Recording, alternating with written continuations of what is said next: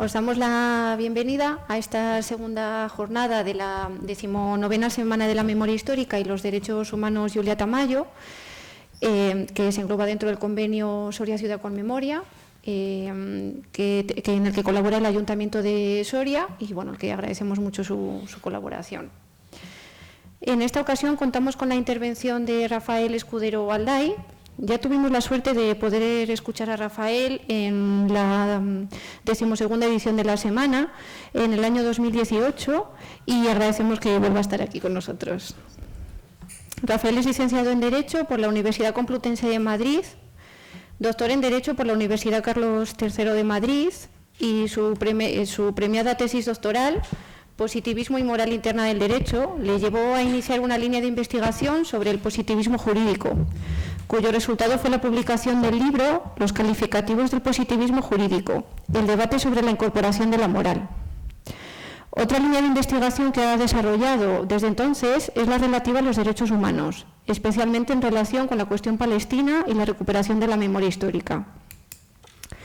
Los últimos años, sus investigaciones han girado en torno al neoconstitucionalismo, destacando la publicación en 2013 del libro Modelos de democracia en España, 1931-1978. En 2017 publicó el libro Memoria histórica y democracia en España, la brecha de la transición. Su última monografía es del año 2025, con el título Cuando Antígona encontró a Benjamín, víctimas del franquismo y derecho a la memoria, con la que ha ganado el premio Walter Benjamin en la categoría de Memoria y Exilio. Ha realizado estancias de investigación en universidades de Oxford y Génova y ha sido profesor invitado en conferencias y cursos de posgrado en universidades europeas y latinoamericanas. Fue director de la Oficina de Derechos Humanos del Ayuntamiento de Madrid, donde desarrolló el Plan Estratégico de Derechos Humanos de la Ciudad de Madrid. También ha sido secretario general de Consumo y Juego del Ministerio de Consumo y presidente de la Agencia Española de Seguridad Alimentaria y Nutrición. Actualmente, y desde noviembre de 2023, es subsecretario de Juventud de Infancia en el Ministerio de Juventud e Infancia del Gobierno de España. Y bueno, agradecerte eso que estés aquí y os dejo con Rafael. Bueno, muchas gracias. Buenas tardes a todas y a todos. Muchas gracias, Elizalde. Muchas gracias, Blanca, Iván. Bueno, en primer lugar agradecer a la asociación la invitación para estar aquí esta tarde y para formar parte, y además felicitaros por la Semana de los Derechos Humanos Julia Tamayo, que es ya, desde hace mucho tiempo es ya un referente. Creo que el año que viene es el 20º aniversario, ¿no?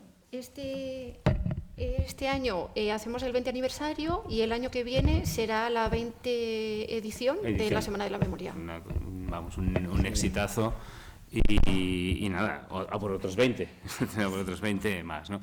Además, ya que estoy aquí, siempre también me pasó la otra vez, es muy emocionante para mí recordar a Julia Tamayo.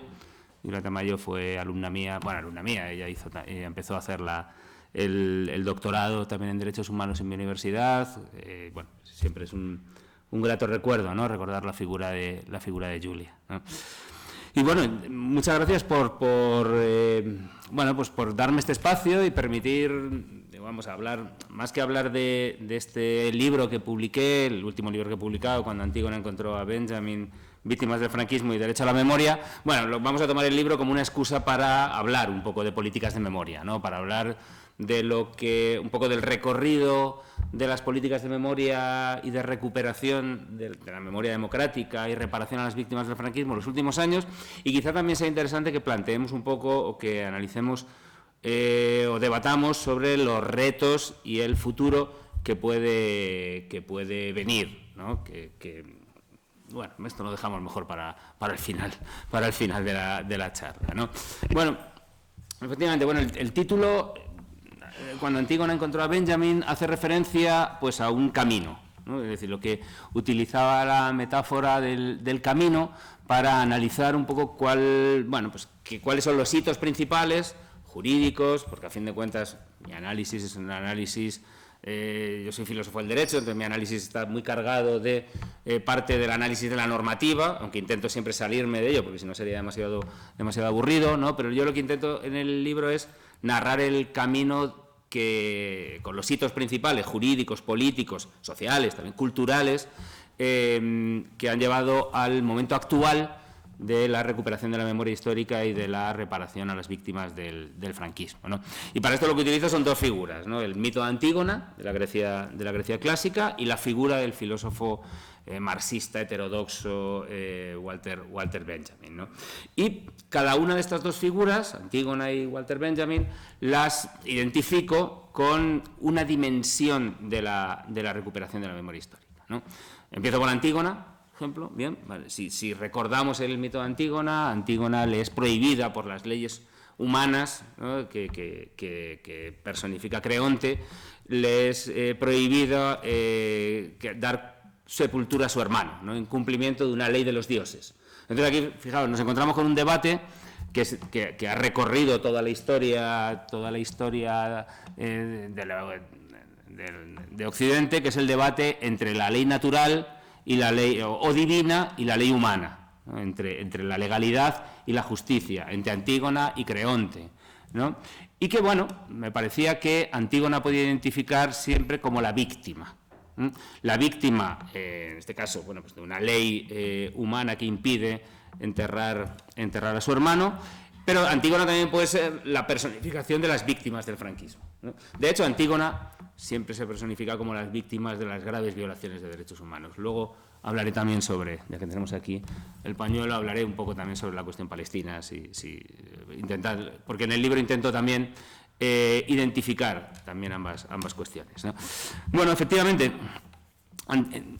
digamos, creo que aquí la asociación, y vosotras y vosotros sabéis mucho más que yo, creo que el movimiento de recuperación de memoria histórica nace inicialmente como una pretensión de reparar a las víctimas, básicamente de recuperar los cuerpos, básicamente, y de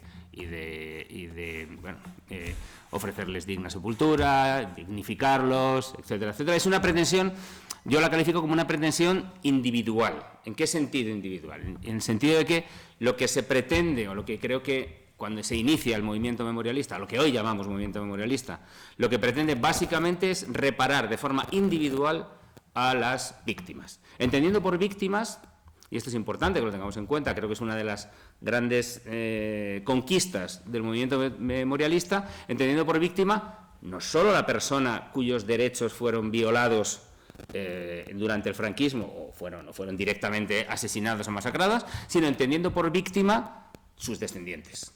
Ascendientes en el caso de que queden, efectivamente, pero también sus descendientes. Esto creo que es una victoria del movimiento memorialista, porque hoy la legislación que tenemos de memoria reconoce como víctimas del franquismo no solo a las personas que directamente perdieron su vida, sus derechos, su libertad, etcétera, sino también sus descendientes, lo cual significa que hoy existen víctimas del franquismo. Esta cuestión que también es una de las cuestiones que tenemos siempre que intentar combatir, ¿no? Esta idea de que, bueno, esto es una cuestión del pasado. No, esto no es una cuestión del pasado, es una cuestión del presente, porque existen víctimas. O sea, que no es una cuestión, no es comparable con otras situaciones, ¿no? Bueno, me parece que haber conseguido la categoría legal de víctima del franquismo es uno de los grandes éxitos que tenemos hoy en la legislación vigente, la legislación de la Ley de Memoria Democrática del año 22, y que no teníamos en la legislación anterior. La víctima tiene derechos. La víctima tiene derechos individuales. Por eso estoy insistiendo ahora en ese primer momento, recurro por ello a la figura de Antígona, en la perspectiva individual. La víctima, es decir, los descendientes de las personas que fueron asesinadas, masacradas por la defensa de los valores republicanos, de los derechos, de la igualdad y la libertad. Luego volveré sobre la causa de la victimización, porque es relevante. La víctima tiene derechos, son derechos individuales, ¿vale? Son derechos individuales. Tiene derechos, esto lo sabemos, porque, bueno, afortunadamente se ha consolidado no solo en el debate ciudadano, en la agenda política, sino también en la propia legislación. La víctima tiene derechos a la verdad, a la justicia y a la reparación, ¿vale? A la verdad, a la justicia y a la reparación. Y esto implica que tienes el Estado, digamos, el Estado, ahora lo utilizo en sentido amplio, los poderes públicos, cada uno en su ámbito competencial, tiene obligaciones. Porque si existe un derecho, Es decir, el derecho y la obligación son como las dos caras de una misma moneda. Si existe un derecho, esto implica que hay una obligación por parte de un tercero para hacer eficaz ese derecho. Y aquí, efectivamente, nuestra legislación actual reconoce derechos y, por tanto, obligaciones para los poderes públicos. Esto también va a tener su consecuencia posterior, como señalaré, ¿no? Bueno, es verdad que hoy no tenemos un creonte totalitario como sí hubo durante los 40 años de franquismo, es verdad que no lo tenemos, es decir, tenemos un Estado democrático, vamos a denominarlo, vamos a considerarlo así, ¿vale? Pero sí tenemos un creonte al que le ha costado mucho, cuando hablo de creonte me refiero al soberano, ¿vale? Al poder, un creonte al que le ha costado mucho asumir la totalidad de los derechos de las demandas de las víctimas de la dictadura, ¿no? Es verdad que le ha costado mucho asumirlo. Pero hoy, adelanto un poco el camino, el resultado del camino, creo que sí nos encontramos con un legislador, a través de la Ley de Memoria Democrática del 22, que ha avanzado lo que no se había avanzado en la legislación anterior. Y sí nos encontramos con una Ley de Memoria Democrática que, bueno, con alguna cuestión que luego señalaré y que sigue siendo el gran problema que tenemos ahí en nuestro sistema, un legislador que ha reconocido que el pasado exige derechos, sobre todo cuando se trata de un pasado violento como el que hemos tenido, ¿no? Entonces, bueno, digamos, Antígona se pone a caminar en ese hipotético camino al que hago referencia. Antígona se pone a caminar y Antígona sostiene la demanda individual de la víctima de que sus derechos sean satisfechos. Creo, esto evidentemente es una cuestión debatible, creo que las primeras demandas del movimiento de memoria histórica nacieron así, nacieron con esta pretensión, ¿no? Simplemente, bueno, aunque solo fuera desenterrar y enterrar dignamente a los seres queridos, una demanda individual en este sentido. Bueno, luego el camino tiene muchos hitos, ¿vale? El camino que ha recorrido Antígona como víctima, acompañada de las asociaciones, el camino tiene muchos hitos. Posiblemente cada uno podría señalar algunos como los decisivos, ¿no? en este sentido. Yo voy a señalar dos, tres, no más, ¿no? Como hitos que jalonan el camino, ¿no? Bueno, dejo aparte la cuestión de la amnistía y de la legislación de la transición, porque ese podemos decir que es un paso en falso.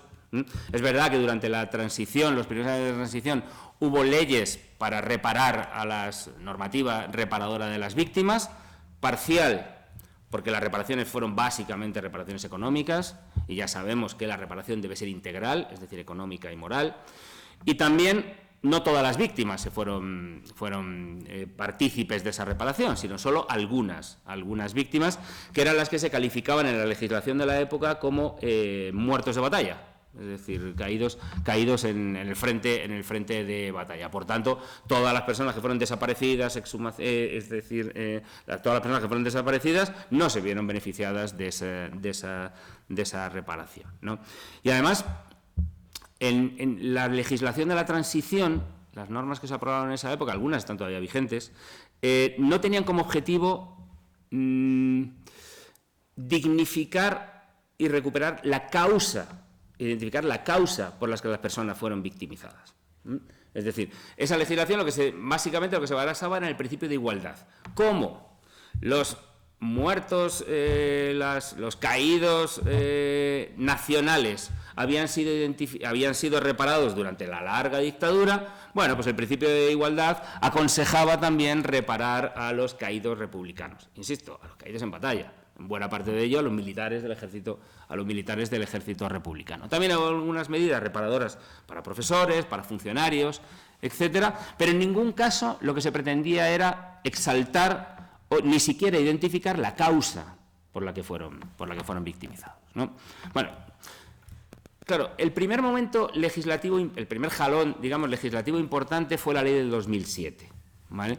La ley que todos conocemos con el nombre de Ley de Memoria Histórica de 2007, pero que no se llama así, porque en ningún momento en ningún momento el texto de la ley aparece la expresión memoria histórica, solo para referirse al Centro Documental de Memoria Histórica de Salamanca, el archivo, el que antes era el archivo de la Guerra Civil.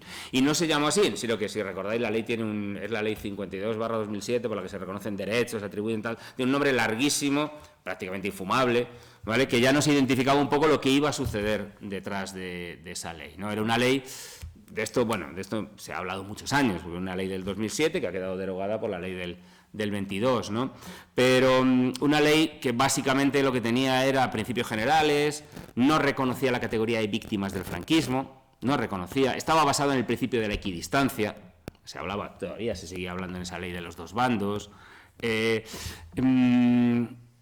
privatizaba, entre comillas, las labores de exhumación, es decir, no se reconocía como un deber del Estado, sea cual sea la administración competente, llevar a cabo las tareas de identificación y exhumación, sino que, si recordáis, lo que había era como una especie de procedimiento de subvenciones para que las asociaciones presentaran proyectos de exhumación, y entonces, bueno, pues era una especie como de proyecto competitivo, ¿no? Como en la universidad cuando nos peleamos para que nos den una beca o un proyecto. Bueno, esto era absolutamente contrario a todos los estándares del derecho, internacional, habidos y por haber, sobre reparación y justicia transicional, ¿no? Ni siquiera se habló, se rechazaba la categoría de desaparecidos. Se rechazó la categoría de desaparecidos, se rechazó la categoría de memoria histórica, se hablaba de que el caso español no era como el resto de los casos, por ejemplo el caso argentino, ¿no?, el caso de las dictaduras del Cono Sur. Realmente fue una ley bastante frustrante. Bueno, podemos decir que efectivamente tuvo avances. Hombre, siempre es mejor que la situación anterior. Si recordáis, yo siempre me acuerdo de esto, en la campaña, es la ley de 2007, después hubo elecciones en el 2011, creo que fue, que se presentaba Mariano Rajoy por el Partido Popular, elecciones que después ganó, y Mariano Rajoy lo que dijo en aquella campaña era que lo primero que iba a hacer cuando llegara al gobierno era derogar la ley de memoria histórica del 2007. Ganó y no la derogó. Pero no la derogó, ¿por qué? Porque no le hizo falta. No le hizo falta derogarla, simplemente la llevó a vía muerta. Lo único que hizo fue congelar las partidas de subvenciones para exhumaciones y simplemente la llevó a vía muerta y ahí se quedó. Creo que no es lo mismo con la ley actual, ¿vale? Luego volveré sobre ello. Este es un hito en este camino de ir reparando a las víctimas, ¿no? El segundo hito es la legislación autonómica, y esto es realmente importante. Creo que cuando efectivamente a partir desde el 2011 el Partido Popular gobierna en el gobierno del Estado, lo que sí se empieza a producir es, digamos, algo así como que la batalla por la legislación de la memoria se traslada de Madrid a las provincias, ¿no? Porque efectivamente hay comunidades autónomas que, al hilo o al calor de la legislación autonómica básicamente de País Vasco, Navarra, Cataluña y Andalucía, que tenían leyes autonómicas bastante buenas desde el punto de vista tanto político como técnico, bueno, pues las comunidades autónomas empiezan a desarrollar leyes autonómicas de memoria. Estas leyes autonómicas de memoria tienen el ámbito que tienen, el ámbito competencial autonómico, cada uno de su comunidad autónoma, son muy limitadas, porque, por ejemplo, pues no tienen competencias en materia de justicia, ¿vale?, que es un poco las más relevantes, pero supusieron que prácticamente todas las comunidades autónomas, ahora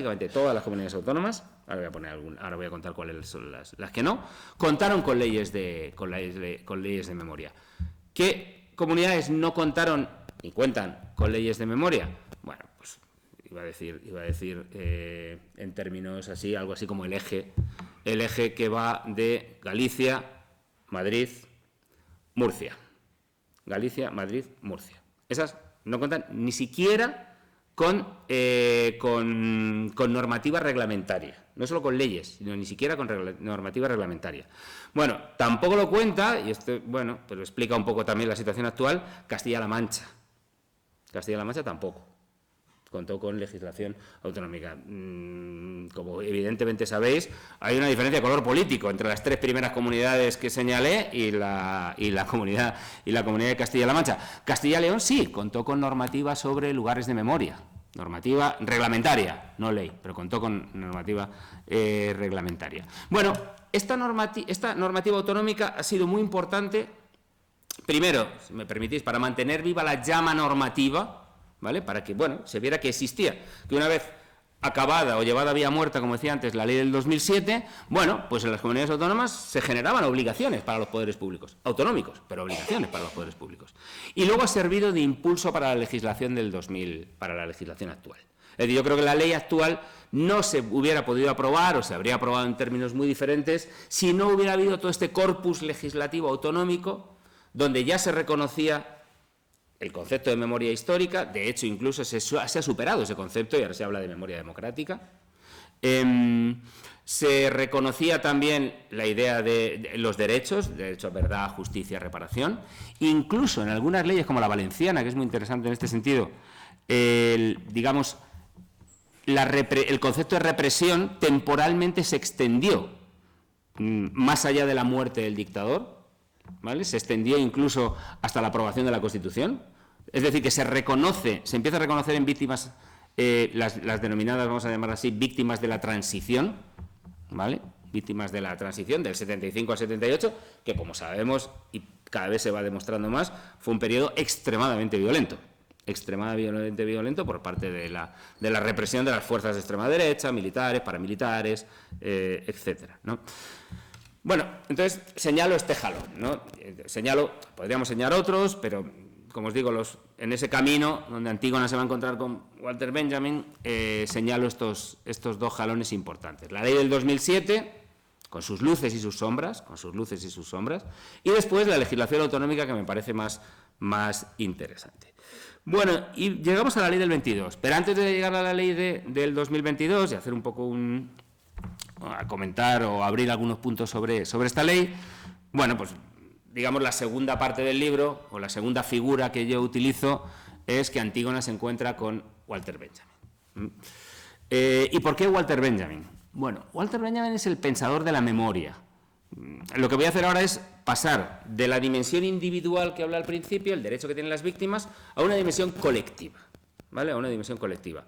Que me parece que es otro de los grandes éxitos de todas las asociaciones, víctimas, de todo el movimiento memorialista de estos años, ¿no? Haber trascendido de una pretensión individual a una pretensión colectiva. Luego vuelvo más sobre esta idea. Bueno, ¿y por qué? Bueno, Walter Benjamin, pensador de la memoria, me detengo un poco en su final, prácticamente en su final, ¿no? Un poco por recordar un poco la figura de Walter Benjamin, ¿no? Walter Benjamin efectivamente fue un pensador marxista heterodoxo, era judío también, proveniente de una familia judía alemana, y no solo él, sino toda su familia fueron víctimas del nazismo, toda su familia entera. Su hermano fue asesinado en un campo de concentración, su hermana tuvo que huir a Suiza, y también toda la familia Benjamin, que era, digamos, pues una familia burguesa alemana, ¿no? Heterodoxos, militantes del Partido Comunista. Walter Benjamin no, pero su hermano George sí. Bueno, Benjamin, como recordáis, ¿no? Pues obtiene una especie de salvoconducto para, como habían hecho muchos, hicieron después también muchos perseguidos por el nazismo, vía Portbou, frontera francesa catalana, llegar a Madrid. Él pretendía llegar Portbou, llegar a Madrid, de Madrid a Lisboa, y ahí tomar un barco que le llevaría a Estados Unidos, donde buena parte de su círculo de amigos, filósofos y tal, iban a terminar allí, ¿no? Y Benjamin, como sabéis, pasa